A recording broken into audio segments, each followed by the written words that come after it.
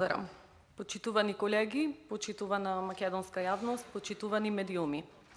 Сакав да присуствувам и да земам учество во расправата и да го дадам мислењето за предложениот кандидат, бидејќи избраните уставни судии ќе имаат мандат од 9 години во една врвна правна институција, Уставен суд, кој треба да даде гаранција за независност. Именно Уставниот суд на Република Македонија бележи намален број на примени и завршени предмети, намален број укинати и поништени одредби од закони и подзаконски акти, намалување на бројот на вработени и непроменети средства од годишниот буџет. Ваквиот податок укажува дека овој правен институт не е ефективно право средство во правниот поредок на државата. Единствен критериум за избор, според Уставот, е судијата да биде од редот на истакнати правници. За жал, Уставот не беше допополнет во овој дел, ниту пак беше искристализирана некоја пракса во изборот на судиите, од каде може да се заклучи што подразбира истакнат правник, например, години на стаж, академска титула, научна дејност, меѓународно искуство и така натаму.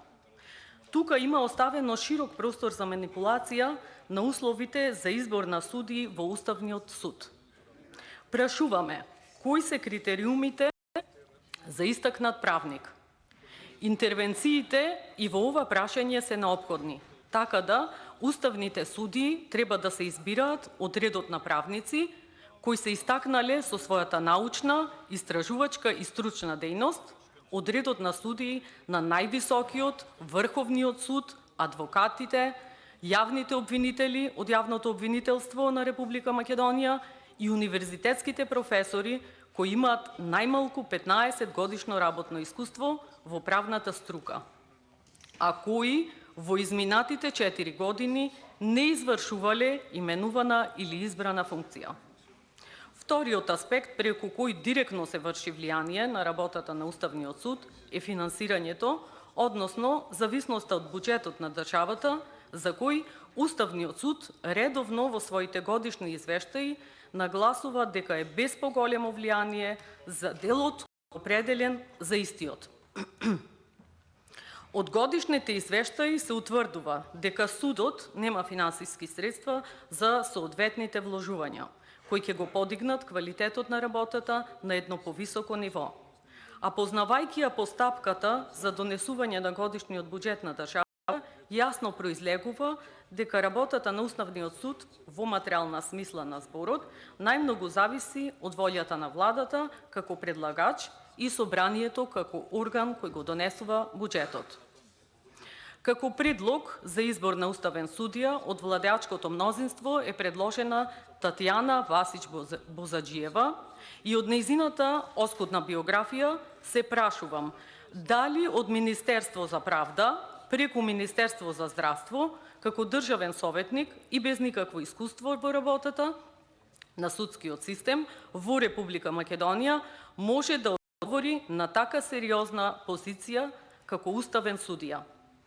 Во таа насока, важно е да се истакне дека предложениот кандидат Татјана Васич Бозаџиева, која доаѓа од јавната администрација, за избор на судија нема ниту ден работно искуство, ниту во основните, ниту во апелационите, ниту во Врховен суд на Република Македонија, а ниту се занимавала со научна дејност во однос на право, со што се доведува во прашање компетентноста на Тања Васич Бозаџиева,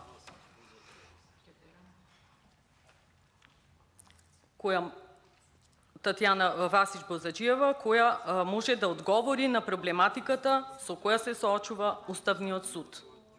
Исто така, од наведеното се доаѓа до заклучок дека предложениот кандидат, истоимената Татјана Васич Бозаџиева, не донесла ниту една судска пресуда во својата кариера, а се очекува да носи решенија кои го засегаат уставно-правниот поредок на Република Македонија. Можам да заклучам дека предложениот кандидат Татјана Васич Бозаџиева не ги поседува потребните карактеристики и принципи на поведение на еден уставен судија, а тоа се компетентност, непристрасност, независност и интегритет. И јас се приклучувам на тезите на пратеникот Милошевски, дека немаме прилика да ги запознаеме лично, да се обратат пред нас и да го слушнеме нивното мислење. Сметам дека со едно ливче напишана биографија нема доволно информации и сме во дилема дали да ја прифатиме или одбиеме кандидатурата.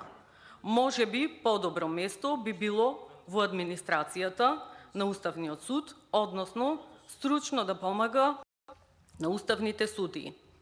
Своевремено Уставниот суд вашил за бастион на правото, каде што за влез била потребна импозантна кариера од таков ков со кој ниту малку не може да се спореди предложениот кандидат со универзитетските професори со впечатливи кариери, како што се Саво Климовски и Родна Живковска и останатите предлози.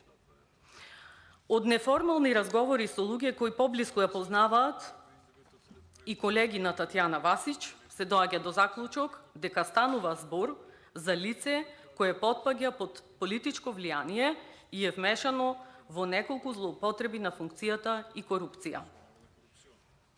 Татјана Васич Бозаджиева, како државен советник во Министерството за здравство и Министерството за правда, се јавува како повереник на контраверзни закони поврзани со криминал, како што е Закон за контрола на опојни дроги и психотропни супстанции, преку кој требаше да се легализира марихуаната за потребите на Заев, односно за приватни интереси и бизниси и други закони од здравство и правда. Таа во рок од неколку години вртоглаво напредува во својата кариера, така што станува председател на Управниот одбор на Медицинскиот симулацијски центар и член на Управниот одбор на Центарот за традиционална кинеска медицина. За сите овие брзо растечки позиции Васич зема дополнителни хонорари. Таа исто така е именувана и како член на Комисијата за одлучување по барањата за зголемување на формираната цена на лекот. Не знам како би не увериле и нас, и јавноста, судејки според биографијата, дека вашиот предлог е соодветен за позицијата на уставен судија. Факт е дека довербата на граѓаните во судскиот систем на Република Македонија изнесува 8%, што е крајно поразителен и разочарувачки за нас, како држава кандидат за членство во Европската Унија, а изборот на вака предложени кандидати не придонесува за подобрување на лошата слика на правосудниот систем пред граѓаните на Република Македонија. Ви благодарам на вниманието.